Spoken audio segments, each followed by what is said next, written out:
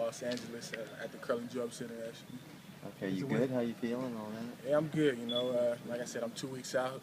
So I'm still fresh off of surgery. So I'm taking my time. It's baby steps. Everything's on track, and I'm looking forward to getting back to my rehab so I can take that next step as far as getting ready for camp. What type of surgery was it? It was a scope surgery done on my labrum. Did you feel like you accomplished what you wanted to in terms of going to the combine, impressing people? Was putting off the surgery then the right move? Did everything kind of go according to your plan that way? Yeah, that was everything that I wanted to do. I wanted to show guys, to show coaches and GMs, what I can do as far as my athleticism, and as far as competing. I went to Indy. I feel like I did well. I performed well. I met with a lot of coaches and a lot of teams, and I feel like I did well in that aspect also. But there's still work to do. It isn't over yet. Do you have visits scheduled? Yes, I have a couple of visits scheduled.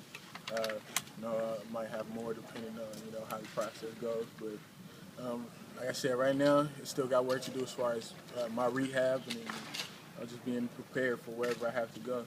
What's your timeline? When are you running again? When can you start lifting and all that? Well, I come out of the sling in a couple of weeks. It's only a month, so I have a couple more weeks left in the sling, and then I can just start progressing with my rehab and doing more things. But it's a 3 to 4 month as far as recovery. Like I said, I should be ready to go by camp. What was the feedback from teams? I mean, this was your plan, and they all knew you were going to have this surgery and what the recovery time would be. What was the feedback you got from teams? A lot of them were surprised at the fact that I decided to wait for my surgery. But then again, a lot of them was, happy that I did wait because they were able to see what I can do as far as my position drills and my intangibles and things like that. So, I feel like it was good. Me personally, I feel like I went out, like you said, I performed and did what I planned to do, and it's on to the next thing for me. Was anybody concerned that you wouldn't be ready for like a post-draft mini camp or anything like that? No, nobody. How do you feel about the process? It's going good, man. Like I said, I'm enjoying myself. I feel very blessed. Me and all of us,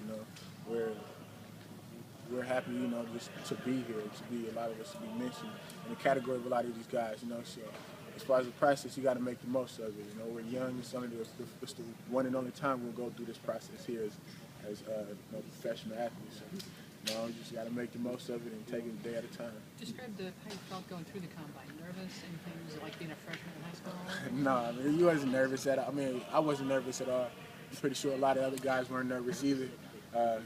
This is what we've been training to do. You train for the combine for like 2 months, leading up. So the drills and, those things like that, a lot of us were just excited to get to that day. But it's a bunch of other things that lead up to it, lead up to the combine, that they want to get to know from you as a person, how healthy you are and things like that. So it's just something that you prepare for, but, you should already know what to expect. Are you satisfied then? Yeah, I'm satisfied with the way everything went in Indy. You're one of those guys moving way up the charts. You read ESPN, right. top 5, 6, 7. What's that mean to you, and do you pay much attention to how high up you are? It's a blessing to me, like I said, to even be mentioned, in the category that they've been mentioning me in. So it's a blessing. I can't really, as an athlete, and as a person, somebody that's training for the draft, we don't know where we're going at all. A lot of us don't know where we're going. So the only thing we can control is these things, these drills, and how we perform when we meet with these coaches and talk football and the little things. That's all we can control. You try not to think so much about all that money that could be coming your way pretty soon?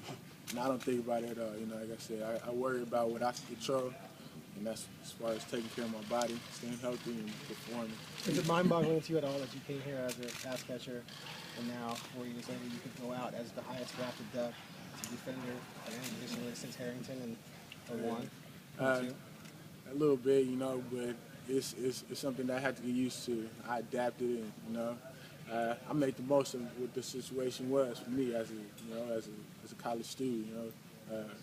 I want to play. So like I said, I made the most of it. I feel like I had some great guys, around me that made me look good. John Boyer, the Kiko Alonso, Michael Clay. Those guys made me look good. So it's a tribute to all of our hard work and dedication, and everything paid off.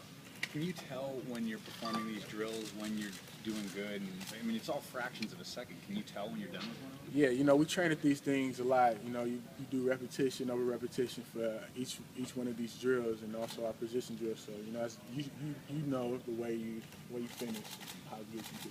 Dion, as this process has gone on, is the reality of it set in? I know people have been talking about you being a top, first round pick for a while.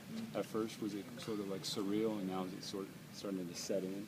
I mean, it's still surreal. You know, I'm still not having been picked yet, so nothing as good as happened yet. But what I've been hearing has been good. Like I said, all I can control